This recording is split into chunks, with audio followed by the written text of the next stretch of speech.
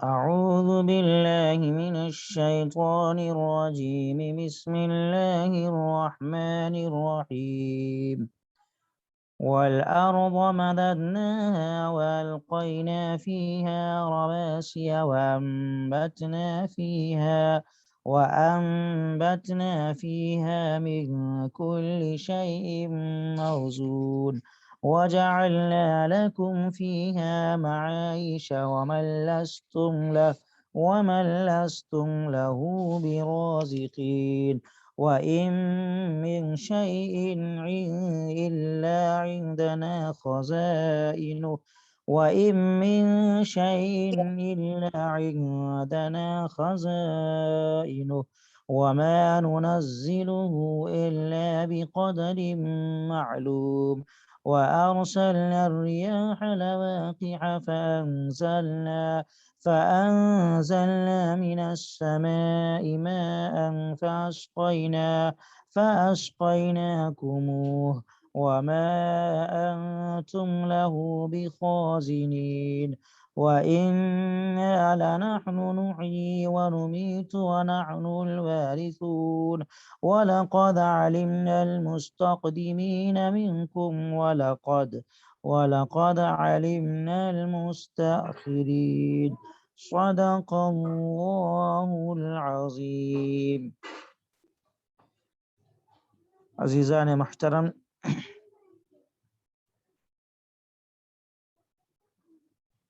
اس وقت سورۃ الحجر کی آیت نمبر 19 سے 24 تک آپ حضرات کی خدمت میں پیش کی گئی ہے۔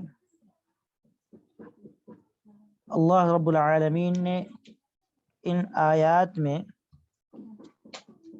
اپنی قدرت اور حکمت بالغہ کو ذکر فرمایا ہے کہ اللہ تبارک و تعالی نے کائنات کے اندر دنیا کی تمام اسباب اور چیزوں کو کس حکمت کے ساتھ بنایا ہے اس کا ذکر فرمایا ہے۔ وَالْأَرْضَ مَدَدْنَاهَا وَأَلْقَيْنَا فِيهَا رَوَاسِيَ وَأَنبَتْنَا فِيهَا مِنْ كُلِّ شَيْءٍ مَوْزُونٍ، اور زمین کو ہم نے پھیلا دیا ہے، اس میں پہاڑ ڈال دیے ہیں اور اس میں ہر چیز ایک مناسب مقدار میں اگائی ہے۔ بزرگان محترم، اللہ رب العالمین نے فرمایا کہ زمین کو ہم نے پھیلا دیا ہے اور اس میں پہاڑ وغیرہ ہم نے بنائے ہیں اور ہر چیز کو ایک مناسب مقدار میں بنایا ہے۔ اور آپ غور کریں تو اللہ تبارک و تعالی نے اپنی حکمت کا ایک بہترین نمونہ زمین کے اندر دکھلایا ہے۔ وہ یہ کہ زمین کو اللہ نے جو پھیلایا ہے تو اس انداز پہ پھیلایا ہے کہ انسان اور تمام مخلوقات اس زمین پر گزر بسر کر سکیں، اور ہر چیز کو ایک مناسب مقدار میں بنایا ہے۔ اس میں پہاڑ وغیرہ بھی اللہ نے بنائے ہیں۔ تو اب اگر اللہ تبارک و تعالی ساری زمین کے اندر پہاڑ ہی پہاڑ پھیلا دیتے زمین کے ساتھ تو پھر انسان کی زندگی مشکل بن جاتی، پہاڑوں پر عمارات اور بلڈنگوں کا بنانا مشکل ہوتا، انسان کا رہنا اور گزر بسر کرنا نہایت مشکل ہو جاتا۔ اس لیے اللہ رب العالمین اخیر میں فرماتے ہیں انبتنا فیہا، کہ زمین کے اندر ہم نے ہر چیز کو ایک مناسب مقدار میں بنایا ہے، یعنی ہر اگنے والی چیز جو زمین سے اگتی ہے، غلے ہوں یا اور دوسری اشیاء ہوں، چاول ہو یا اسی طریقے سے گندم وغیرہ ہو، گیہوں ہو، یا جتنے بھی پھل وغیرہ ہیں، جتنے بھی پیداوار ہیں، سبزیاں ہیں جن پر انسانوں اور جانوروں کی زندگی کا دار و مدار ہے، اور جو انسانوں اور جانوروں کے لیے، درندوں چرندوں کے لیے ایک مدار حیات ہے، زندگی کی بقا ہے، کا راز انہی میں ہے۔ تو اللہ رب العالمین نے ان تمام چیزوں کو ایک مناسب مقدار میں بنایا ہے۔ اگر آپ دیکھ لیں، اگر مناسب مقدار میں وہ چیزیں نہ بنتی اور ساری چیزیں انسان کو بہت زیادہ مقدار میں مل جاتی، تو پھر انسان کے نزدیک ان چیزوں کی کوئی قدر و قیمت نہیں ہوتی، اور نتیجہ یہ ہوتا کہ انسان ان چیزوں کو یوں ہی ضائع کر دیتا، وہ چیزیں گلنے اور سڑنے لگ جاتی، جس سے خود انسانوں کی زندگی خطرے میں پڑ جاتی۔ مثلاً آپ یہ سمجھ لیں کہ جن دانوں اور پھلوں پر ہماری آپ کی اور تمام مخلوقات کی زندگی موقوف ہے، ان کو اللہ اگر اتنا زیادہ مقدار میں پیدا کر دیتے کہ ہر شخص کو یہ دانے اور غلے اور اسی طریقے سے پھل وغیرہ مفت مل جایا کرتا اور بے فکری سے لوگ استعمال کرنے لگتے، تو ظاہر سی بات ہے کہ جب بہت زیادہ مقدار میں ہوتا تو لوگ ذخیرہ بھی نہیں کر پاتے زیادہ مقدار میں، اور پھر یہ انسانوں کے لیے خود ایک مشکل بن جاتا۔ اس لیے اللہ فرماتے ہیں کہ کل شیء موزون، کہ ہم نے ہر چیز کو ایک مناسب مقدار میں پیدا کیا ہے تاکہ ان چیزوں کی قدر و قیمت بھی باقی رہے اور وہ چیزیں بیکار بھی نہ ہوں، ضائع بھی نہ ہوں۔ اس کا اللہ نے خیال کیا، اور اس میں ایک بڑی عجیب و غریب حکمت ہے کہ اگر زیادہ ہو جاتی یہ چیزیں اور مفت ملنے لگتی تو پھر ایک تو انسان ان چیزوں کو ضائع کرنے لگتا اور ان نعمتوں کی کوئی قدر باقی نہیں رہ جاتی۔ تو اسی حکمت کے تحت اللہ رب العالمین نے ہر چیز کو مناسب مقدار میں بنایا ہے تاکہ کمی بھی نہ ہو جائے کہ انسان اور جانور پریشان ہو جائیں اور دانے کے لالے پڑ جائیں اور بھوک سے ان کی زندگی دوبھر ہو جائے۔ اتنا کم مقدار میں بھی اللہ نے نہیں بنایا، اور اتنا وافر مقدار میں بھی نہیں دیا کہ یہ چیزیں مفت ملنے لگیں اور پھر انسان ان چیزوں کو ضائع کرنے لگے۔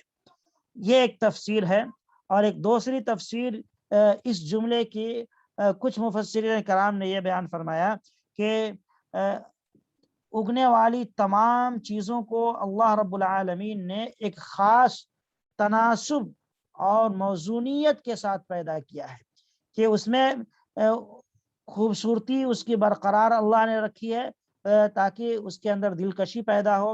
مختلف درختوں کو آپ لے لیں تو ان کے تنے، ان کی شاخیں، پتے اور پھول اور اسی طریقے سے پھل وغیرہ سب کو اللہ نے ایک خوبصورتی کے ساتھ بنایا۔ انسان دیکھتا ہے تو اس کا دل خود بخود ان درختوں کی طرف، پھلوں کی طرف اور جو ان کے فلاورز ہوتے ہیں ان کی طرف اس کا دل کھینچنے لگتا ہے۔ تو یہ بھی ایک تفسیر مفسرین کرام نے لکھی ہے، لیکن عمومی تفسیر وہی ہے جو میں نے پہلے بیان کی کہ تمام چیزوں کو اللہ نے ایک مناسب اور متعین مقدار میں بنا دیا ہے تاکہ چیزیں بیکار اور ضائع نہ ہوں۔ وَجَعَلْنَا لَكُمْ فِيهَا مَعَائِشَ وَمَن لَّسْتُمْ لَهُ بِرَازِقِينَ، اور اللہ فرماتے ہیں کہ ہم نے اس میں تمہارے لیے بھی اور ان چیزوں کے لیے بھی جن کو تم روزی فراہم نہیں کرتے، روزی کا سامان فراہم کر دیا ہے، روزی کا سامان مہیا کر دیا ہے۔ یعنی اس زمین کو ہم نے پھیلایا اور پھر اس زمین میں ہم نے تمہارے لیے رزق کے سامان مہیا کر دیے ہیں، اور تمہارے علاوہ جو دوسری مخلوقات ہیں، جانور ہیں، چرندے پرندے درندے ہیں، تمام کے لیے ہم نے روزی کا سامان اسی زمین کے اندر مہیا کر کے رکھا ہے۔ آپ دیکھ لیں کہ دنیا کے اندر تمام کھانے پینے کی چیزیں اللہ رب العالمین انہی زمینوں سے اگاتے ہیں۔ اللہ نے زمین کے اندر وہ صلاحیت بخشی ہے کہ کھانے پینے کی چیزیں چاہے وہ انسان کھائے یا جانور کھائے سب زمین سے اگتی ہے، ساری ہریالیاں زمین سے اگائی جاتی ہیں، درخت پیڑ پودے سب زمین کی مرہون منت ہیں۔ تو اللہ رب العالمین نے زمین کو انسان کی اور دوسری مخلوقات کے زندگی گزارنے کا ایک ذریعہ بنایا ہے۔ اگر زمین کو اللہ پتھریلی بنا دیتے، ساری دنیا کی زمین پتھریلی بن جاتی، تو پھر انسان کی زندگی مشکل ہو جاتی، انسان کے لیے غلے اگانا اور پھر کھانے پینے کی چیزوں کا پیدا کرنا نہایت مشکل کام بن جاتا۔ تو اللہ نے اپنی حکمت سے کہیں دریا بھی رکھا، کہیں پہاڑوں کے شکل میں میخ زمین کے اوپر گاڑ دیا، اور اللہ نے کہیں زمین کو بالکل ہموار اور برابر بنا دیا، اور کہیں کی زمین اللہ نے پتھریلی بنا دی، کہیں کی زمین کو نرم بنا دیا۔ یہ اللہ نے اپنی حکمت کے ساتھ کیا ہے، اور اللہ کے علاوہ کوئی اس کام کو نہیں کر سکتا۔ وہ اللہ کو معلوم ہے کہ کہاں کی زمین کو ہمیں نرم کرنا ہے، کہاں کی زمین کو پتھریلی بنانا ہے، اور کون سی زمین میں سونے کے خزانوں کو دفن کرنا ہے، کون سی زمین سے پیٹرول کو نکالنا ہے۔ یہ تمام جو انسان کے فوائد کی چیزیں ہیں، اللہ نے اپنے حکمت کے تحت ان تمام چیزوں کو رکھ دیا ہے۔ وما ننزله، اللہ فرماتے ہیں وَإِن مِّن شَيْءٍ إِلَّا عِندَنَا خَزَائِنُهُ وَمَا نُنَزِّلُهُ إِلَّا بِقَدَرٍ مَّعْلُومٍ، کہ جتنی بھی چیزیں ہیں ہمارے پاس ان کے خزانے موجود ہیں، ہم ان کو ایک مقررہ مقدار کے مطابق اتارتے رہتے ہیں۔ آپ اللہ رب العالمین کے اس قدرت کا مظاہرہ کریں کہ اللہ وہ قادر مطلق ہے کہ تمام دنیا کے خزانے اللہ کے پاس موجود ہیں۔ وَإِن مِّن شَيْءٍ إِلَّا عِندَنَا خَزَائِنُهُ، تمام خزانوں کا مالک وہی اللہ ہے، تمام چیزوں کا دینا بس اسی کے قبضے قدرت کے اندر ہے۔ وہ اس کی مشیت ہو، اس کا ارادہ ہو تو چیزیں انسان کو مل جاتی ہیں، اور اگر اس کی مشیت اور اس کا ارادہ نہ ہو تو انسان لاکھ جتن کے باوجود ان چیزوں کو حاصل نہیں کر سکتا۔ یہ اللہ کے پاس خزانے، اولاد کا خزانہ اللہ کے پاس ہے۔ اس سے پتہ چلا کہ انسانوں کو کچھ بھی مانگنا ہو، دعائیں کرنی ہو، منت مانگنی ہو تو صرف اللہ رب العالمین سے منت مانگے، اپنی مرادوں کا سوال اللہ سے کرے، نہ یہ کہ کسی مزار پہ جائے، نہ یہ کہ کسی پیر اور فقیر کے پاس ان کے قبروں پہ جا کر کے روئے اور ان سے سوال کرے، درخواست کرے۔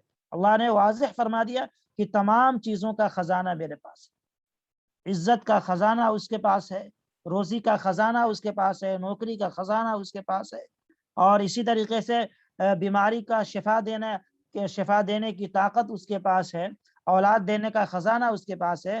آج بہت سارے مسلمان ہیں جو بدعقیدگی کے اندر مبتلا ہیں، اور اگر اولاد کے پیدا ہونے میں کچھ وقت لگ رہا ہے تو صبر نہ کرتے ہوئے فوراً کسی مزار والے کے پاس جاتے ہیں، کسی اور کے پاس جاتے ہیں، اور خواہ مخواہ اپنے ایمان اور عقیدے کو خراب کرتے ہیں۔ انہیں اس آیت کو سامنے رکھنا چاہیے اور اس پر عمل کرنے کی کوشش کرنی چاہیے۔ اللہ فرماتے ہیں وَمَا نُنَزِّلُهُ إِلَّا بِقَدْرٍ مَّعْلُومٍ، کہ ہم ان کو ایک مقررہ مقدار کے مطابق اتارتے رہتے ہیں۔ تمام چیزوں کا مالک اللہ ہے، اور جیسی جیسی ضرورت پڑتی ہے اللہ اسی مقررہ مقدار کے مطابق ان چیزوں کو اتارتے ہیں۔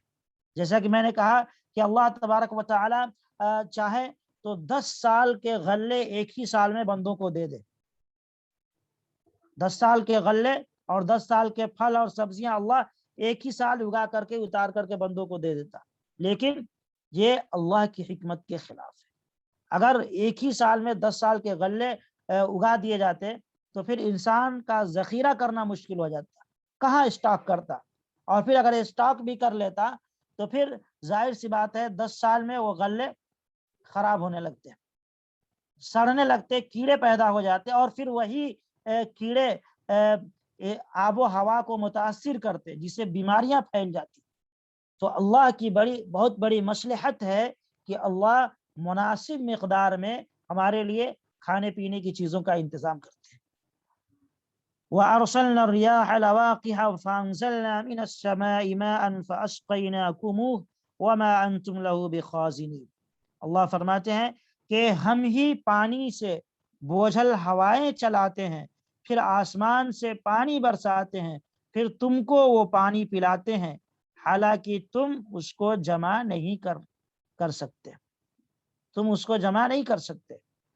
آسمان سے پانی کا برسانا یہ کس کی قدرت ہے؟ یہ اللہ رب العالمین کی قدرت ہے۔ اللہ فرماتے ہیں کہ ہم ہی پانی سے بوجھل ہوائیں چلاتے ہیں، یعنی بادلوں کو چلاتے ہیں۔ عزیزان محترم، آپ غور کریں تو اللہ کی کتنی بڑی قدرت ہے اور اللہ مفت میں کتنا بڑا انتظام کرتے ہیں انسانیت کے لیے، آپ حیران اور پریشان ہو جائیں گے اللہ کی اس قدرت کو دیکھ کر کے کہ اللہ نے اپنے حکیمانہ نظام کی طرف اس آیت میں اشارہ فرمایا ہے کہ جس کے ذریعے روئے زمین پر بسنے والی تمام انسان اور جانور، چرندوں، پرندوں اور درندوں کے لیے ضرورت کے مطابق اللہ نے پانی پہنچانے کا ایک بہترین نظام بنایا ہے، ایک مضبوط سسٹم بنایا ہے کہ دنیا کے کسی بھی خطے میں، کسی بھی علاقے میں کوئی انسان ہو یا جانور ہو یا درندے پرندے ہوں، ان تک پانی پہنچ جائے۔ اس کا ایک بہترین اللہ رب العالمین نے نظام قائم کیا ہے کہ جہاں بھی کوئی شخص ہو ہر حال میں اس کو اپنی ضرورت کے مطابق پانی مل جائے، اللہ نے اس کا خیال کیا ہے۔ اور اسے اگر کپڑے دھونے کی ضرورت پڑے، نہانے کی ضرورت پڑے، کھیتوں کو سیراب اور سینچائی کرنے کی ضرورت پڑے، درختوں کو اور پیڑ پودوں کو سیراب کرنے کی ضرورت پڑے، تو اللہ رب العالمین نے ایسا نظام بنایا کہ بغیر کسی قیمت کے اور بغیر کسی پیسہ خرچ کیے ہوئے یہ پانی اس کو مل جاتا ہے۔ اور انسان جو کچھ کنواں بنانے کے لیے یا پائپ وغیرہ لگانے پر خرچ کرتا ہے، وہ انسان صرف اپنی سہولتوں کو حاصل کرنے کے لیے خرچ کرتا ہے، باقی پانی کے لیے کوئی خرچ نہیں کرتا ہے۔ آج بھی آپ دیکھ لیں، پانی کے لیے کوئی خرچہ نہیں ہے، پانی مفت ہے۔ ہاں، پانی کو نکالنا اور پانی اپنی سہولت کے ساتھ استعمال کرنا، اس پر لوگ خرچ، موٹر لگوا رہے ہیں آج کے زمانے میں پانی کے نکالنے کے لیے، تو یہ ساری انسان اپنی سہولت کے لیے کرتا ہے۔ ورنہ انسان ایسی ہی اگر کھود لے زمین تو 10-15 فٹ کھودے تو پانی نکلنا شروع ہو جاتا ہے، بعض جگہوں پہ تو بہت کم میں پانی نکلنا شروع ہو جاتا ہے۔ تو الغرض اللہ رب العالمین نے پانی کو مفت کر دیا ہے اور مفت سپلائی پوری دنیا کے اندر اللہ نے نظام جاری کر دیا ہے اپنے ایک مضبوط نظام کے تحت۔ ورنہ اگر پانی کے ایک قطرہ کو خریدنا پڑے تو ایک قطرے کی قیمت کوئی نہیں ادا کر سکتا، ایک قطرے کی قیمت کوئی ادا نہیں کر سکتا اور نہ کسی سے مانگی جا سکتی ہے۔ آپ مشہور واقعہ سنا ہوگا آپ نے ہارون رشید کے زمانے کا۔ ہارون رشید کے دربار میں حضرت بہلول دانا رحمۃ اللہ علیہ ہوا کرتے تھے، اللہ کے نیک بندے تھے، بڑے عقل مند قسم کے تھے۔ ایک مرتبہ ہارون رشید کو ایک گلاس پانی پیش کیا گیا پینے کے لیے، تو بہلول دانا نے کہا کہ امیر المومنین ذرا آپ رکیے، میں ایک بات پوچھنا چاہتا ہوں۔ ہارون رشید نے کہا کہ بہلول فرمائیے کیا کہتے ہیں؟ تو بہلول رحمۃ اللہ علیہ نے کہا کہ امیر المومنین، یہ پانی کا ایک گلاس آپ کے ہاتھ میں ہے، اگر یہ ایک گلاس آپ کے جسم میں پانی پوری دنیا میں ایک ہی گلاس موجود ہو تو آپ یہ بتائیں کہ اس پانی کو خریدنے کے لیے آپ کتنی رقم دیں گے؟ آپ پانی کے بغیر تڑپ رہے ہوں، پیاس کی شدت ہو اور ایک ہی گلاس پانی ہو، تو آپ اس پانی کو خریدنے کے لیے کتنی قیمت دیں گے؟ اس کے علاوہ دنیا میں کہیں پانی نہ ہو۔ تو ہارون رشید نے کہا کہ میں اپنی آدھی سلطنت دے دوں گا آدھا گلاس پانی کے لیے۔ اور پھر حضرت بہلول دانا رحمۃ اللہ علیہ نے کہا کہ امیر المومنین، آپ یہ پانی پی لیتے ہیں اور وہ پانی پھر باہر نہیں آتا ہے آپ کے جسم سے، اور دنیا کے اندر ایک ڈاکٹر ہے جو کہتا ہے کہ میں آسانی کے ساتھ آپ کا علاج کر دوں گا اور یہ ایک گلاس جو پانی آپ نے پیا ہے وہ باہر آ جائے گا، تو آپ اس کو کتنی قیمت دیں گے؟ تو امیر المومنین ہارون رشید نے کہا کہ آدھی سلطنت دے دوں گا۔ تو اب بہلول دانا نے کہا کہ امیر المومنین، پتہ یہ چلا کہ آپ کی پوری حکومت اور سلطنت کی قیمت کتنی ہے؟ ایک گلاس پانی کے برابر ہے۔ تو آپ اندازہ کریں امیر المومنین کی بچپن سے لے کر کے آپ نے اور ہم نے کتنے گلاس پانی استعمال کیے، تو کیا کوئی اللہ کی اس ایک نعمت کا شکر ادا کر سکتا ہے؟ اس ایک نعمت کی قیمت دے سکتا ہے؟ کوئی نہیں دے سکتا۔ تو الغرض اللہ تبارک و تعالیٰ نے پانی کا ایک نظام بنایا ہے کہ جہاں بھی انسان ہے وہاں اس کو مفت مہیا مل جاتا ہے۔ اور یہ بھی اللہ کی قدرت دیکھیے کہ اللہ تبارک و تعالیٰ پانی بادلوں کے ذریعے اٹھا کر کے ادھر سے ادھر لے جا کر برساتے ہیں جہاں ضرورت پڑتی ہے. تو اب انسان ضرورت کے مطابق پانی کو استعمال کرتا ہے، کھیتیاں سیراب ہوتی ہیں، اور پھر بقیہ پانی کو اللہ رب العالمین نے سمندر کے اندر ڈال دیا ہے. اور سمندر کے پانی کو بھی اللہ دیکھیں کہ کھارا بنایا ہے، اس میں اللہ کی حکمت ہے. سمندر کے اندر آپ جانتے ہیں ہزاروں طرح کے مخلوقات ہوتی ہیں، جانور ہوتے ہیں، اور سب سمندر کے اندر مرتے ہیں، گلتے سڑتے ہیں، اور دنیا کی غلاظت اور گندگیاں بھی سمندر کے اندر گرتی ہیں. تو اب اگر وہاں کا پانی کھارا اور نمکین نہیں ہوتا تو ایک تعفن پیدا ہوتی، غلاظت اور بدبو پیدا ہو جاتی پوری دنیا میں، انسانوں کی زندگی مشکل بن جاتی. تو اللہ نے اس کے لیے کھارا بنا دیا. کتنی بھی غلاظت اس میں ڈالی جاتی ہے، سب چونکہ اس میں نمکینیت ہے، تیزابیت ہے، وہ سب ختم کر دیتا ہے. اور اسی سمندر سے لاکھوں ٹن نمک نکالے جا رہے ہیں جو انسانوں کے لیے استعمال ہو رہے ہیں. تو یہ اللہ کا ایک عجیب و غریب نظام ہے کہ اللہ نے بنایا ہے. اور پھر کچھ اور پانیوں کو اللہ نے زمین کے اندر بھیج دیا ہے. زمین کے اندر اللہ نے خفیہ پائپ لائن بچھائی ہے پوری دنیا کے اندر. اگر وہ بارش کا پورا پانی زمین کے اوپر ہی رہتا تالابوں میں تو وہ بھی سڑنے گلنے لگتا، اس کے اندر تعفن پیدا ہوتی، اس کے اندر بدبو پیدا ہو جاتی، وہ استعمال کے قابل نہیں رہتا. تو اللہ نے ایک یہ نظام یہ بنایا کہ سمندر کی شکل میں پانی کو محفوظ کیا، اور اس کو گندا ہونے سے بچایا کہ اس کے اندر نمکینیت ڈال دی. اور دوسرا کہ زمین کے اندر اللہ نے پائپ لائن بچھا دیا کہ آپ جہاں کھودیں وہاں پانی آپ کے لیے مہیا. اور پھر اس سے فائدہ یہ ہوگا کہ زمین کے اندر جو پانی ہے وہ خراب ہونے سے محفوظ رہ جاتا ہے. اور کچھ پانی کو اللہ نے زمین کے اوپر محفوظ کیا ہے برف کی شکل میں. بڑے بڑے ہزاروں فٹ کی بلندی پر پہاڑوں پر اللہ نے برف کا پہاڑ جما دیا ہے. اب ان کو اتنی بلندی پہ کیا ہے کہ زمین کے گرد و غبار اور دھول وغیرہ اس پر نہیں پڑ سکتے. اگر اس کو زمین کے اوپر ہی برف بنا دیتا تو اس میں بھی دھول وغیرہ پڑتے رہتے. تو یہ اللہ کا اپنا ایک نظام ہے کہ پانی کو اللہ نے اس مقدار میں ایسے متعین نظام اور مضبوط سسٹم کے تحت پوری دنیا میں پھیلا دیا کہ ہر انسان کو وہ پانی مفت مل جایا کرتا ہے، اس کی کوئی قیمت نہیں ہے. بہرحال اللہ تبارک و تعالیٰ کا یہ اپنا ایک نظام ہے، اور اللہ رب العالمین نے بہترین انداز میں اس نظام کو ایسا پھیلایا ہے کہ غریب ہو یا امیر ہو ہر جگہ اس کا پانی آسانی کے ساتھ دستیاب ہو جاتا ہے.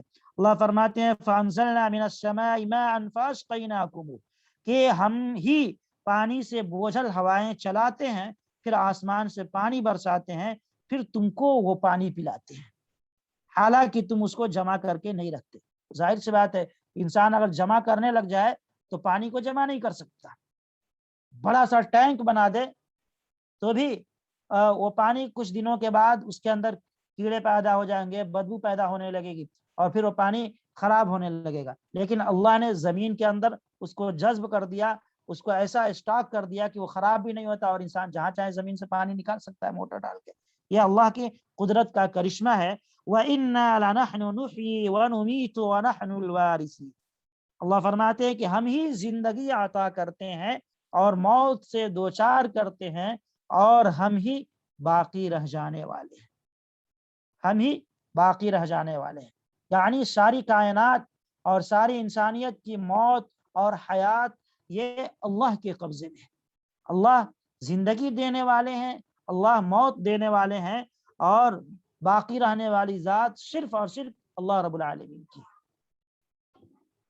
عزیزان محترم، آج ہمارا ایک اہم مسئلہ یہ بھی ہے کہ اللہ کی ذات پر ہمارا یقین کمزور ہوتا چلا جا رہا ہے، جس کا نتیجہ یہ ہے کہ ہم اللہ کے بجائے دنیا داروں کی بات اور ان کے اقوال اور ان کے احکام پر زیادہ ہم ایمان اور یقین رکھتے ہیں. اور اگر کوئی ڈاکٹر کہہ دے آپ اگر یہ نہ لیں، یہ نہ کریں تو آپ کی موت ہو جائے گی، انسان اس کو یقینی سمجھ لیتا ہے. اللہ کی ذات پر، اللہ کی ذات سے زیادہ آج انسان دنیا اور دوسری مخلوقات کے باتوں پر بھروسہ کر رہا ہے. یہ نہایت افسوس کی بات ہے. اللہ نے واضح لفظوں میں یہاں پہ فرمایا ہے کہ موت بھی عطا کرنا یہ میرا کام ہے، زندگی بخشنا یہ بھی میرا کام ہے. ساری کائنات فانی ہے، فنا ہونے والی ہے، باقی رہنے والی ذات صرف اور صرف اللہ رب العالمین کی ہے.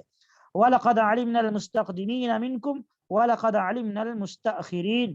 اللہ رب العالمین اس آیت میں فرماتے ہیں کہ ہم تم میں اگلوں سے بھی واقف ہیں اور پچھلوں سے بھی واقف ہیں، اگلوں سے بھی ہم واقف ہیں اور پچھلوں سے بھی واقف ہیں۔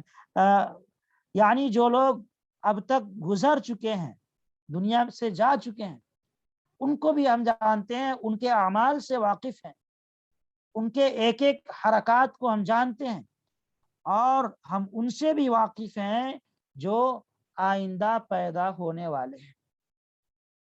اللہ رب العالمین نے یہاں اپنی ایک اور قدرت کا تذکرہ فرمایا ہے، یعنی اپنے علم اور جو اس کی قدرت ہے اس کو ذکر فرمایا کہ اب تک جتنے انسان دنیا سے گزر چکے ہیں، تمام کے احوال اور تمام کے اعمال سے اللہ باخبر ہیں، واقف ہیں، جانتے ہیں، اور آئندہ جو پیدا ہونے والے ہیں ان کے احوال اور ان کے حیات سے بھی اللہ واقف ہیں۔ یہ عمومی طور پہ مفسرین نے یہ مطلب بیان فرمایا ہے، لیکن بہت سارے مفسرین نے اور بھی اس کی تفسیریں کی ہیں۔ وَلَقَدْ عَلِمْنَا الْمُسْتَقْدِمِينَ مِنْكُمْ وَلَقَدْ عَلِمْنَا الْمُسْتَأْخِرِينَ، اس آیت کی اور بھی تفسیریں کی ہیں۔ یعنی اللہ جو فرماتے ہیں کہ ہم پہلے جو گزر چکے ہیں ان کو بھی جانتے ہیں، اور آئندہ جو آنے والے ہیں ان کو بھی جانتے ہیں۔ تو ایک تو مطلب وہی ہے جو میں نے بیان کیا، جو ترجمے سے ظاہر ہو رہا ہے ظاہری طور پہ، اور چند مطالب اور معانی مفسرین نے اور بیان فرمائے ہیں۔ ان میں سے ایک یہ ہے کہ پہلے گزرنے والے حضرات امت محمدیہ ہیں، ٹھیک ہے۔ مستقدمین سے مراد، پہلے گزر جانے والے سے مراد امت محمدیہ سے پہلے جو لوگ گزر چکے ہیں وہ ہیں، اور بعد میں آنے والے سے مراد امت محمدیہ ہے، یہ مراد ہے۔ اور کچھ مفسرین نے یہ فرمایا ہے کہ مستقدمین یعنی پہلے گزرنے والے سے مراد اہل طاعت ہیں، اللہ کے نیک بندے ہیں، اور مستاخرین بعد میں آنے والوں سے مراد اہل معصیت اور غفلت ہے۔ حضرت حسن رضی اللہ تعالیٰ عنہ اور حضرت قتادہ وغیرہ نے یہ مطلب بیان فرمایا کہ اللہ جو نیک بندے ہیں ان کو بھی جانتے ہیں، اور جو برائیوں میں ملوث ہیں اور جو نئے نئے انداز میں برائی کے طریقے ڈھونڈتے ہیں ان کو بھی اللہ جانتے ہیں۔ ہر ایک کے حرکت سے اور ہر ایک کے عمل سے اللہ باخبر ہے۔ اور کچھ اور مفسرین ہیں جنہوں نے اس کی تفسیر ان لفظوں میں کی ہے کہ مستقدمین سے مراد وہ لوگ ہیں جو نماز اور جہاد کی صفوں میں آگے رہنے والے ہیں اور دوسرے نیک کاموں میں آگے بڑھنے والے ہیں، بڑھ چڑھ کر کے وہ نیک اعمال میں حصہ لیتے ہیں، ان سے مراد مستقدمین ہیں۔ اور مستاخرین سے مراد وہ لوگ ہیں جو نیک اعمال میں پیچھے رہتے ہیں۔ نیک کام کرنا ہو تو بہت زیادہ مشکل ہو جاتا ہے ان کے لیے، تو اللہ فرماتے ہیں کہ جو ہمارے بندے بڑھ چڑھ کر کے ہمارے راستے میں خرچ کرتے ہیں یا ہماری دین کی خدمت کرتے ہیں، ہم ان سے بھی واقف ہیں، اور ان سے بھی واقف ہیں، ان کو بھی جانتے ہیں جو نیک اعمال میں غفلت اور سستی کرتے ہیں۔ تفسیر قرطبی کے اندر لکھا ہے کہ اس آیت کے تحت کہ اس سے مراد نماز میں صف اول اور شروع وقت میں نماز ادا کرنے والے لوگ مراد ہیں۔ مستقدمین سے مراد یعنی آگے نیک اعمال میں بڑھنے والے، ان سے مراد ایسے لوگ ہیں جو نماز کو اول وقت میں ادا کرتے ہیں اور پہلی صف میں نماز ادا کرتے ہیں جماعت کے ساتھ، وہ مراد ہے، ان کی فضیلت اس سے ثابت ہوتی ہے۔ جیسا کہ حضور پاک صلی اللہ علیہ وسلم نے بھی فرمایا کہ اگر لوگوں کو معلوم ہو جاتا کہ اذان کہنے اور نماز کی صف اول میں کھڑے ہونے کی کتنی بڑی فضیلت ہے تو تمام آدمی اس بات کی کوشش میں لگ جاتے ہیں کہ پہلی صف میں وہ جا کر کھڑے ہوں، اور اس سلسلے میں لوگوں کے درمیان قرعہ اندازی ہونے لگتا، لوگ کوشش کرتے کہ ہمارا نام پہلے آ جائے کہ ہم پہلی صف میں نماز پڑھ لیں، ہم پہلی صف میں نماز پڑھ لیں۔ اتنی بڑی فضیلت ہے پہلی صف میں نماز پڑھنے کی۔ اسی طریقے سے قرطبی میں حضرت کعب رضی اللہ تعالیٰ عنہ کے یہ قول بھی نقل کیا گیا ہے کہ اس امت میں کچھ ایسے لوگ بھی ہیں کہ جب وہ سجدے میں جاتے ہیں تو جتنے آدمی ان کے پیچھے ہوتے ہیں اللہ ان کی برکت سے سب کی مغفرت فرما دیتے ہیں۔ تو اس سے پتہ چلتا کہ صف اول کی فضیلت بہت زیادہ ہے، صف اول کا اہتمام کرنا چاہیے۔ حضرت کعب رضی اللہ تعالیٰ عنہ کہتے ہیں کہ میں اسی وجہ سے سب سے پچھلی صف میں نماز پڑھتا تھا، تاکہ میرے بعد والے صف میں، میرے سامنے والے صفوں میں کوئی ایسا آدمی اللہ کے ایک بندہ ہو تو اس کے وجہ سے میری بھی مغفرت ہو جائے گی، اس لیے میں پچھلی صف میں نماز پڑھتا تھا۔ حضرت کعب رضی اللہ تعالیٰ عنہ کا اپنا یہ عمل وہ بیان کرتے ہیں۔ ظاہر ہے کہ صف اول کی فضیلت بہت زیادہ ہے، اور صف اول کی ہی نہیں بلکہ نیک کام کے اندر بڑھ چڑھ کر کے کرنے کی فضیلت زیادہ ہے۔ ظاہر سی بات ہے صف اول میں وہی لوگ نماز پڑھیں گے جو دوڑ کر کے مسجد آتے ہیں، جلدی مسجد آتے ہیں، وہی انہی کو جگہ ملے گی صف اول میں۔ تو بہرحال صف اول کی بھی فضیلت ثابت ہے اس آیت سے، اور اسی طریقے سے تمام نیک اعمال میں جو لوگ جلدی کرتے ہیں ان کی بھی فضیلت اس سے ثابت ہوتی ہے۔